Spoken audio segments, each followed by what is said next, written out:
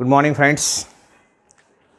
मागच्या लेक्चरला आपण different physical properties बघितल्या आहेत, जसं मास अँड वेट, त्याच्यानंतर लेंथ, व्हॉल्यूम. जस्ट मागच्या लेक्चरला अजून आपण 3 वेगळ्या प्रॉपर्टीज बघितल्या. That one is your pressure, then density and last one is the temperature.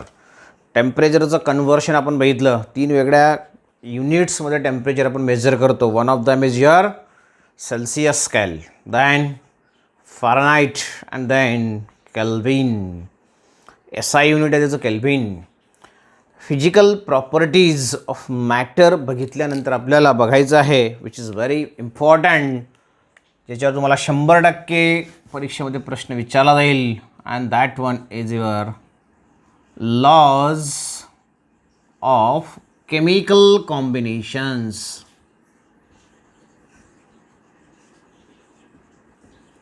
Lodge of chemical combination काय, what is the need of these lodge.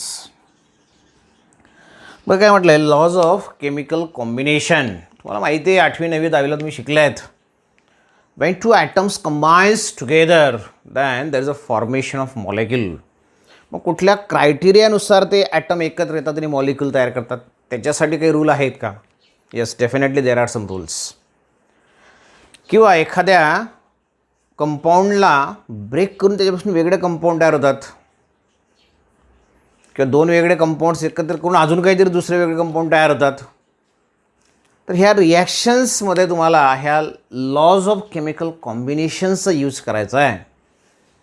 And there are different 5 basic laws for the chemical combination. हे chemical combination होताना 5 वेगळे basic lodge आपल्याला बघायचे आहेत. 5 वेगळ्या basic लॉजचा study आपल्याला करायचा आहे. And in that very first one is law of conservation of mass. पहिला जो लॉ आहे मित्रांनो तो आहे तुमचा law of conservation of mass. Same law तुम्ही 8वी 9वीला law of conservation of energy बघितला असेल बघा. तुम्ही आठवत असेल तुम्हाला law of conservation of energy. त्याच्यात आपण स्टेटमेंट केलं होतं, energy can neither be created nor be destroyed, but it can be converted from one form to another form. म्हणजे एनर्जी आपण क्रिएट करू शकत नाही, डिस्ट्रॉय करू शकत नाही. जसं फॅन फिरतोय स्विच ऑन केल्यावर, याचा अर्थ इलेक्ट्रिकल एनर्जीचं कन्व्हर्शन मेकॅनिकल एनर्जीमध्ये झालं. स्विच ऑन केल्यावर लाईट लागतोय म्हणजे काय, electrical energy's converted to light. म्हणजे एका फॉर्म ऑफ एनर्जीचं कन्वर्शन दुसऱ्या फॉर्ममध्ये होणार आहे. फक्त एनर्जीचा फॉर्म बदलेल, एनर्जी डिस्ट्रॉय होत नाही, एनर्जी क्रिएट होत नाही. तसं या ठिकाणी आपल्याला बघायचं law of conservation of mass. This law was given by the scientist Antoine Lavoisier. Lavoisier is referred as a father of modern chemistry. Modern केमिस्ट्रीचं फादर म्हणून लेवायझरचं नाव घेतलं जातं मित्रांनो. आणि ह्या लेवायझरने आपल्याला सांगितलं आहे वेगवेगळ्या एक्सपेरिमेंटच्या साह्याने की mass of the matter remains constant. Conserve mass कधीच बदलत नाही. म्हणजे त्याने काय सांगितलं आहे, he perform the different experiments. फॉस्फरसचं बर्निंगचा एक्सपेरिमेंट त्याने केला. Phosphorus when burns with oxygen, then mercury burns with oxygen, असे वेगळे एक्सपेरिमेंट त्याने केले. आणि ह्या दोघं पर्टिक्युलरली ह्या दोघं एक्सपेरिमेंटमध्ये त्याचं ऑब्झर्वेशन असं होतं, there is a increase in the mass takes place. म्हणजे त्याने जो फॉस्फरस घेतला होता त्याच्यापासून जो कंपाऊंड तयार झाला त्याचं मास जास्त आढळलं त्याला. फॉस्फरसपासून जो ऑक्साईड तयार होईल फॉस्फरसचा, कारण की त्याने एअरमध्ये त्याला बर्न केण्याचं काम केलं, म्हणून फॉस्फरसचं कन्व्हर्शन त्याच्या ऑक्साईडमध्ये झालं आणि मास वाढलेलं त्याला दिसलं. मग त्याने विचार केला की मास वाढलं कसं काय असेल. फॉस्फरस समजा काहीतरी X ग्रॅम घेतला असेल, त्याच्यापासून तयार होणारा कंपाऊंड Xपेक्षा जास्त ग्रॅमचा आहे. मग हे वाढलेलं मास कोणाचं आहे, तर त्याने एक्सपेरिमेंटच्या सहाय्याने प्रूव्ह केलं की जेवढं मास त्या ठिकाणी वाढलं आहे फॉस्फरसचं, बर्निंग झाल्यानंतर जे मास वाढलं तेवढं एअरचं मास कमी झालं. म्हणजे एअरमधून ते मास आलं, बरोबर आहे. म्हणजे जेवढी एअर त्याच्यासोबत रिॲक्ट झाली, फॉस्फरस आणि एअर म्हणजे ऑक्सिजन, या दोघांचं मास मिळून तो कंपाऊंड तयार झाला. म्हणून त्यांनी शेवटी सांगितलं, in a reaction total mass of reactant. त्याने वेगळ्या एक्सपेरिमेंटच्या साहाय्याने प्रूव्ह केलं आणि सांगितलं total mass of reactants is always equal to the total mass of products. म्हणजे एखाद्या रिॲक्शनमध्ये रिॲक्टंटचं टोटल मास आणि प्रोडक्टचं टोटल मास एक्झॅक्टली सेम असतं. हे फर्स्ट टाईम सांगण्याचं काम लेवायजरने केलं आहे आणि त्यानेच त्याला म्हटलं आहे it is a law of conservation of मास. बरोबर आहे. आता लॉ ऑफ कॉन्झर्वेशन असा शब्द का वापरला असेल? एखादी रिॲक्शन आपण बघू आणि मग तुम्हाला समजेल की लॉ ऑफ कॉन्झर्वेशन काय असणार आहे. बघा again he perform the experiment. त्याने अजून एक एक्सपेरिमेंट आपल्याला सांगितलं आहे. When oxygen combines with the hydrogen, oxygen आणि हायड्रोजनची जर तुम्ही रिॲक्शन केली then there is a formation of water molecule takes place. Water molecule तयार होतो ऑक्सिजन आणि हायड्रोजनच्या कॉम्बिनेशनने. And here it proves that, त्याने असं प्रूव्ह केलं आहे जेवढा त्याने हायड्रोजन ऑक्सिजन घेतला दोघांचं मास एकत्र केल्यावर तुम्हाला जो वॉटर मिळाला त्याचं मास सारखं असणार आहे. म्हणजे mass of hydrogen oxygen is exactly equal to the mass of water. म्हणजे जेव्हा एखादी केमिकल रिॲक्शन होईल घडेल रिॲक्टंटचं कन्वर्शन प्रॉडक्टमध्ये होईल त्यावेळेस total mass of reactant is exactly equal to the total mass of product. म्हणजे there is no change. Mass constant राहिलं, कॉन्झर्व राहिलं, त्याच्यात काही बदल झाला नाही. आणि म्हणूनच त्याने त्या लॉला म्हटलं आहे it's a law of conservation of mass. Mass is conserved, just its form changes. म्हणजे त्यांचे रिॲक्टंटचं कन्वर्शन प्रॉडक्टमध्ये झालं आहे पण मास मात्र कमी किंवा जास्त झालेलं नाही. मग आता वॉटरचं एक्झाम्पल जर आपल्याला लिहायचं असेल मित्रांनो तर कसं लिहिणार? Van hydrogen 2 times H2 is reacted with oxygen, then there is a formation of 2 times H2O liquid. This is the reaction for the formation of water. तर त्याने असं प्रूव्ह केलं की या ठिकाणी जर आपण H2 4 घेतलं, बघा या ठिकाणी तुम्हाला ॲटॉमिक मासेस सर्व माहिती आहेत. हायड्रोजनचं ॲटॉमिक मास 1 असतं. किती हायड्रोजन आपल्याकडे आता 4 हायड्रोजन बघा. 2 × 2 म्हणजे 4. एका हायड्रोजनचं ॲटॉमिक मास 1, 4 हायड्रोजनचं 4. सिमिलरली ऑक्सिजन, एका ऑक्सिजनचं 16, 2 ऑक्सिजन आहेत O2 म्हणजे 16 × 32 ग्रॅम. म्हणजे त्याने असं म्हटलं की 4 grams ऑफ हायड्रोजन. इनडायरेक्टली याचा म्हणण्याचा अर्थ काय होता?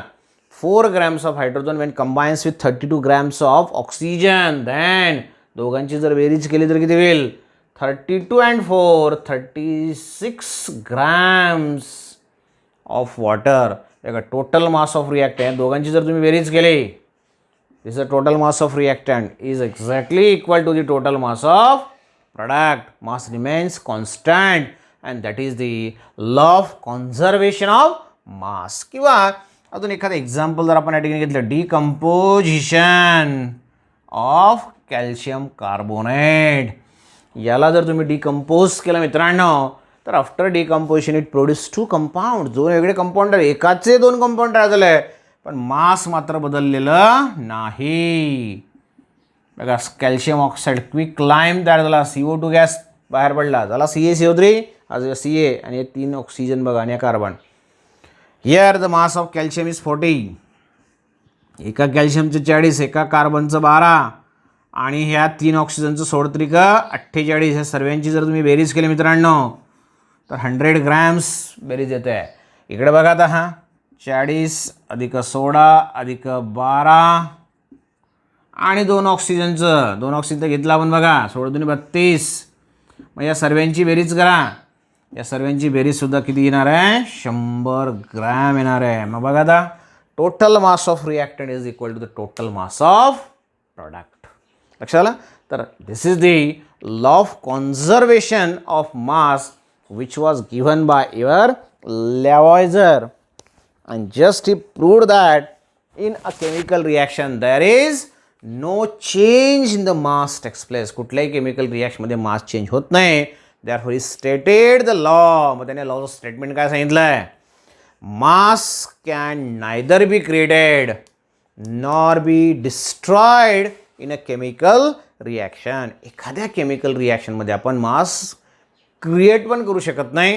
म्हणजे 100 ग्रॅम तुम्ही एखादा कंपाऊंड घेतला आणि त्याचं 200 ग्रॅममध्ये कन्वर्ट झालं असं होणार नाही आहे.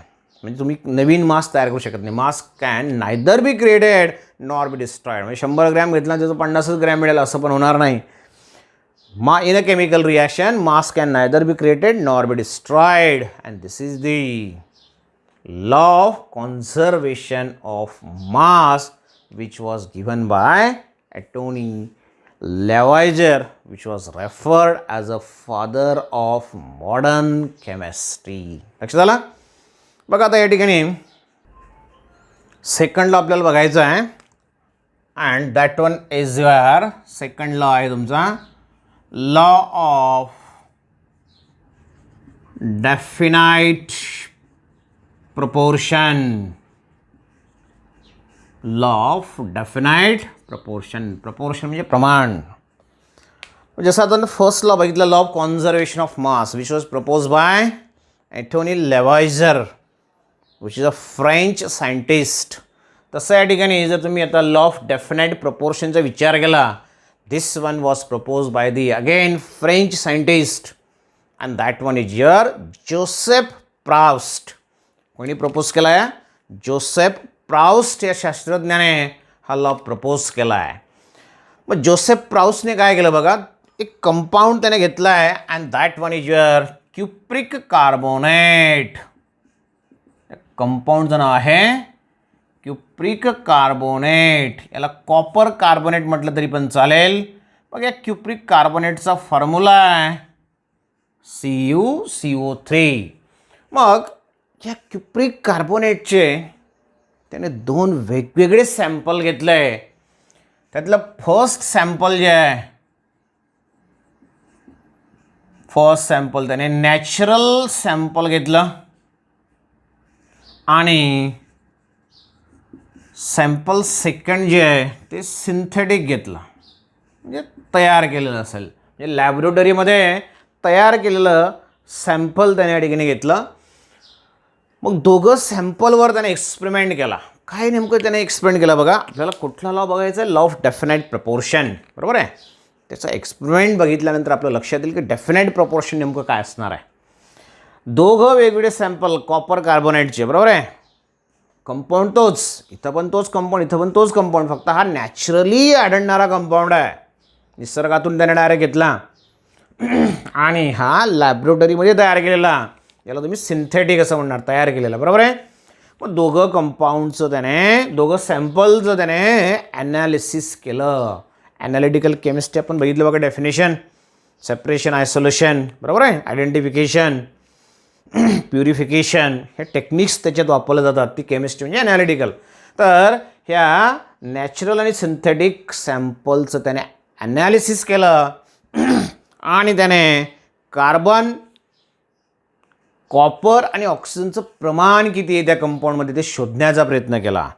बघा त्याला असं आढळलं की या ठिकाणी जर तुम्ही बघा दोघं कंपाऊंडचं ॲनालिसिस त्याने केलं आहे, नॅचरल सॅम्पलचं पण आणि सिंथेटिक सॅम्पलचं पण, आणि त्याने असं प्रूव्ह केलं, असं सिद्ध केलं की नॅचरल सॅम्पल जो आहे त्याच्यामध्ये बघा कॉपर, ऑक्सिजन आणि कार्बन, कॉपर, ऑक्सिजन आणि कार्बन, तिघं इलेमेंट, याच्यात पण तिघं इलेमेंट, याच्यात पण तिघं इलेमेंट सेम आहेत. मग या इलेमेंटचं प्रपोर्शन किती असेल, प्रमाण किती असेल, तर यातला पहिला जो इलेमेंट आहे कॉपर, त्याचं प्रमाण आहे 51.35%. नॅचरल सॅम्पलमधलं ॲनालिसिस त्याने आपल्याला सांगितलं आहे. जसं कॉपर हा 51.35, याचा अर्थ काय झाला तुम्हाला समजलं मित्रांनो. जर 100 ग्रॅम तुम्ही तो कंपाऊंड घेतला तर त्याच्यातला 51.35 ग्रॅम एवढं मास जे असेल ते कॉपरचं असेल त्या 100 ग्रॅमपैकी, बरोबर आहे. मग जसं कॉपरचं 51.35 तसं ऑक्सिजनचं पण काहीतरी प्रमाण असलं पाहिजे. तर ऑक्सिजनचं प्रमाण त्या ठिकाणी आहे 38.91%. बघा कार्बन झालं, कॉपर झालं, ऑक्सिजन झालं. मग कार्बनचं किती असणार आहे? कार्बनचं प्रपोर्शन कमी आहे, कारण की या दोघांची जर बेरीज केली तुम्ही इथं जवळपास 90%च्या वर या दोघांची बेरीज होती. म्हणजे 100 ग्रॅमपैकी 90 ग्रॅम हे दोघंच आहेत, आणि छोटासा पार्ट जो असेल उरलेला तो तुमचा कार्बनचा असेल 100 टक्क्यापैकी, and that one is your 9.74%. बरोबर आहे. हे झालं पर्सेंटेज कंपोजिशन. प्रत्येक इलेमेंटचं पर्सेंटेजमधलं प्रमाण ज्या कंपाऊंडमधलं आपल्याला सांगितलं त्याने. कोणत्या सॅम्पलमध्ये मात्र नॅचरल. त्याने दोघांचं ॲनालिसिस केलं आणि सरप्रायझिंगली त्याने असं म्हटलं आहे की सिंथेटिक कंपाऊंड जो आहे त्याच्यात कॉपर जो आहे तो पण तेवढाच आहे 51.35. Oxygen is 38.9 and carbon is 9.74. मित्रांनो सेम एक्झाम्पल तुमच्या पुस्तकात दिलं आहे पण प्रपोर्शन मात्र हे उलट झालं आहे. ऑक्सिजनचं हे दाखवलं आहे आणि कार्बनचं इकडे दाखवलं आहे. तर ॲक्च्युअली ते प्रपोर्शन ह्या पद्धतीने आहे. कार्बन कमी प्रमाणात आहे, ऑक्सिजन जास्त प्रमाणात आहे. तर या पद्धतीने त्याच्या ॲनालिसिसनुसार कंपाऊंड हा तुमचा नॅचरल असेल किंवा सिंथेटिक असेल त्याच्यात प्रेझेंट असणाऱ्या इलेमेंटचं प्रपोर्शन नेहमी फिक्स्ड असतं. बरोबर आहे. आणि फिक्स्ड प्रपोर्शन असल्यामुळेच त्याने आपल्याला हा लॉ दिला आहे, लॉ ऑफ डेफिनाइट प्रपोर्शन. मग त्याने काय म्हटलं आहे की एखादा कंपाऊंड तुम्ही कुठल्याही मेथडने ऑप्टेन करा, मिळवा, तो फक्त प्युअर असला पाहिजे. जसं या ठिकाणी हा नॅचरल आहे. Copper carbonate cupric carbonate naturally आपण घेतला किंवा त्याला आपण तयार करून घेतला. तो जर 100% प्युअर असेल तर त्याच्यात प्रेझेंट असणाऱ्या एलिमेंटचं प्रमाण कधीच चेंज होणार नाही. म्हणजे मी कॉपर कार्बोनेट भारतातला एखादा घेतला, एखादा अमेरिकेतून घेतला, एखादा जापानमधून आणला, एखादा लॅबोरेटरीमध्ये तयार केला, असे वेगवेगळे सॅम्पल फक्त ते प्युअर असले पाहिजे. कोणतंही क्युप्रिक कार्बोनेट कॉपर कार्बोनेट घ्या, त्याच्यात कॉपरचं प्रमाण हेच असणार आहे, ऑक्सिजनचं प्रमाण हेच असेल आणि कार्बनचं प्रपोर्शन हेच असणार आहे. लक्षात आलं. तर हे झालं तुमचं law of definite proportion, fix proportion, constant proportion. लक्षात आलं. Law of constant proportion, definite proportion. Any pure chemical compound statement थोडक्यात कसं करणार तुम्ही. Any pure chemical compound always contains same elements. कोणताही प्युअर केमिकल कंपाऊंड असू द्या, any pure chemical compound always contains same elements. म्हणजे हा जर प्युअर असेल तो कुठूनही असू द्या, नॅचरल असेल, आर्टिफिशियल असेल, अजून वेगवेगळ्या कंपाऊंड्स वेगवेगळ्या लॅबोरेटरीमध्ये तयार केला असेल, तो प्युअर जर असेल तर त्याच्यात एलिमेंट बदलणार नाहीत. कॉपर कार्बोनेट तुम्ही कुठूनही आणला त्याच्यामध्ये कॉपरच असणार, कार्बन असणार, ऑक्सिजन, याच्या व्यतिरिक्त अजून दुसरं काहीच नसेल. Any pure chemical compound always contains same element. एवढंच नाही, पुढचं स्टेटमेंट फार महत्त्वाचं आहे. Any pure chemical compound always contains same element combined. पुढे काय म्हटलं आहे, ते जे इलेमेंट असतात प्रत्येकात कुठलेही सॅम्पल असू द्या इलेमेंट सारखेच असतील. Any pure chemical compound always contains the same element combined together. ते इलेमेंट एकत्र आलेले असतात, combined together in a same definite proportion. त्यांचं एकत्र येण्याचं प्रमाण जे असतं ते फिक्स ठरलेलं असतं. जेव्हा CuCO3 तयार होईल तेव्हा ह्याच प्रमाणात ते एकत्र येतील. समजा मी कॉपर 100 ग्रॅम मला तयार करायचं, मला कॉपर किती लागतो मित्रांनो 51.35. मी 60 ग्रॅम घेऊन टाकला. समजा हा मी एवढाच घेतला, हा पण एवढाच घेतला आणि मी हा 60 ग्रॅम घेतला. किती घ्या, 60 काय तुम्ही 100 काय 200 ग्रॅम घ्या, पण हे जेवढे आहेत 38.91 9.74 त्यांच्यासोबत ह्या दोघांच्या सोबत हा एवढाच कंबाईन होईल. याच्यापेक्षा जास्त जरी असला तरी तो एवढा कंबाईन होऊन जाईल. 100 ग्रॅम घेतला असेल तर 51.35 ग्रॅम बाकीचा राहील ॲज इट इज अनरिॲक्टेड, कंबाईन होणार नाही. त्याचं कंबाईन होण्याचं प्रपोर्शन जे आहे ह्या तिघांचं म्हणण्यापेक्षा कोणत्याही कंपाऊंडमध्ये बघा दॅट वन इज फिक्स. जसं आता समजा मी वॉटरचं एक्झाम्पल घेतलं. वॉटर कसं तयार होतं आपण मागच्या लॉमध्ये बघितलं. Wien hydrogen combines with oxygen, hydrogen oxygen एकत्र आलं तर काय तयार होतं 2 times H2O. बघितलं असं म्हटलं तर आपण 4 ग्रॅम्स आठवतं आहे का, 32 ग्रॅम्स आणि हा तुमचा 36 ग्रॅम. किती वॉटर मॉलिक्यूल आहेत बघा मित्रांनो 36 ग्रॅममध्ये 2 वॉटर मॉलिक्यूल आपण घेतले. बरोबर आहे. मग एका मॉलिक्यूलसाठी मॉलिक्युलर मास काय घेणार 2 साठी 36, एकाचा 18. कसं आलं ते एका हायड्रोजनचं 1, 2 हायड्रोजनचं 2 आणि ऑक्सिजनचं 16, 2 आणि 16 18 ग्रॅम. बरोबर आहे. म्हणजे this is the molar mass of water. मग तुम्ही जर हायड्रोजन आणि ऑक्सिजनचं प्रमाण बघितलं तर ते 2:16 दॅट इज बायमास 1:8. 1:8 प्रपोर्शनमध्येच ते कंबाईन होतात. जेव्हा वॉटर तयार होईल, त्या युनिवर्समधलं कोणतंही वॉटर बघा, तुम्ही कसंही ते मिळवलेलं असेल, लॅबोरेटरीमध्ये तयार केलं असेल, तुम्ही रिव्हर वॉटर घेतलं असेल, नदीतून पाणी घेतलं असेल, समुद्राचं पाणी, फक्त काय प्युअर असलं पाहिजे, प्युअर करून घ्यायचं त्याला, कुठूनही असू द्या. डबक्यातलं पाणी असेल, प्युअर केलं असेल तर चालेल. म्हणजे कोणत्याही सोर्सपासून तुम्ही वॉटर मिळवलं असेल, ते जर प्युअर असेल तर त्याच्यात दोनच एलिमेंट आहेत, एक हायड्रोजन, दुसरा ऑक्सिजन, आणि त्यांचं प्रमाण जे कंबाईन होण्याचं ते पण फिक्स आहे. Always they combine by mass 1:8 proportion. 1:8 प्रपोर्शनमध्येच ते कंबाईन होतील. युनिवर्समधलं कोणतंही वॉटर घ्या, लक्षात आलं. असं प्रत्येक कंपाऊंडच्या बाबतीत आपण सांगू शकतो. तर हे झालं तुमचं लॉ ऑफ डेफिनाईट प्रपोर्शन. बघा 5 बेसिक लॉज आपल्याला बघायचे आहेत, त्याच्यातले फक्त आपण 2 लॉज कंप्लीट या ठिकाणी केले आहेत. बाकीचे लॉ आपण नेक्स्ट व्हिडिओमध्ये बघणार. बघा मित्रांनो, मागच्या याच्यात पण तुम्हाला सूचना दिली, आता पण परत सूचना देतो आहे. तुमचा व्हॉट्सअप नंबर जोपर्यंत माझ्यापर्यंत येत नाही तोपर्यंत मला बऱ्याचशा गोष्टी कळणार नाहीत. त्यामुळे व्हिडिओ बघितल्याबरोबर तुम्ही मला तुमचा व्हॉट्सअप नंबर माझ्या व्हॉट्सअप नंबरला पाठवा. माझा व्हॉट्सअप नंबर ऑलरेडी तुमच्याकडे आहे, परत एकदा सांगतो, 9822440594. ह्या माझ्या व्हॉट्सअप नंबरला तुम्ही मला तुमचा व्हॉट्सअप नंबर पाठवा. माझा हा व्हॉट्सअप नंबर तुमच्या फोन बुकमध्ये सेव्ह करा, कारण की जेव्हा मी ब्रॉडकास्ट मेसेज पाठवेल त्यावेळेस तुम्हाला ब्रॉडकास्ट मेसेज तेव्हाच दिसेल जर तुमच्याकडे माझा नंबर सेव्ह असेल, अदरवाईज दिसणार नाही. आणि भरपूर ब्रॉडकास्ट मेसेज मी आतापर्यंत पाठवलं आहे. 90पेक्षा जास्त विद्यार्थ्यांचे नंबर आपल्याकडे सेव्ह झाले आहेत, अजून भरपूर विद्यार्थी बाकी राहिले आहेत, म्हणून तुम्ही लवकरात लवकर तो पाठवा. म्हणजे अजून बाकीच्या नोट्स वगैरे आहेत. कालचं जे लेक्चर आपलं झालं त्याच्या नोट्स मी त्या ब्रॉडकास्ट ग्रुपला टाकलेल्या आहेत, तुम्हाला पर्सनली ते आल्या असतील. म्हणजे टाकताना मी ब्रॉडकास्टला टाकेल, पण तुम्हाला दिसताना पर्सनली त्या दिसतात, लक्षात आलं. म्हणून तुमचा व्हॉट्सअप नंबर जो आहे तो लवकरात लवकर मला पाठवा. व्हिडिओ लाईक करा, शेअर करा, आणि आपलं जे चॅनल आहे मित्रांनो, बऱ्याच विद्यार्थ्यांनी अजून ते सबस्क्राईब केलेलं नाही आहे. DSP केमिस्ट्री स्टडी सेंटर हे जे चॅनल आहे हे सबस्क्राईब करा, जेणेकरून तुम्हाला बाकीचे बेसिक व्हिडिओज जे आहेत ते चॅनलला बघता येतील. 11चे भरपूर सारे व्हिडिओज जे जवळपास 15-16 व्हिडिओज आपल्या चॅनलला आहेत. अजून काही 1-2 दिवसामध्ये मी अपलोड करणार आहेत. तर 11वीसाठीचे बेसिक व्हिडिओ तुम्हाला ते चॅनलला दिसतील, म्हणून ते चॅनल सबस्क्राईब करा, DSP केमिस्ट्री स्टडी सेंटर, लक्षात आलं. तर आजसाठी एवढंच असणार आहे. Please stay at home and be safe. Thank you.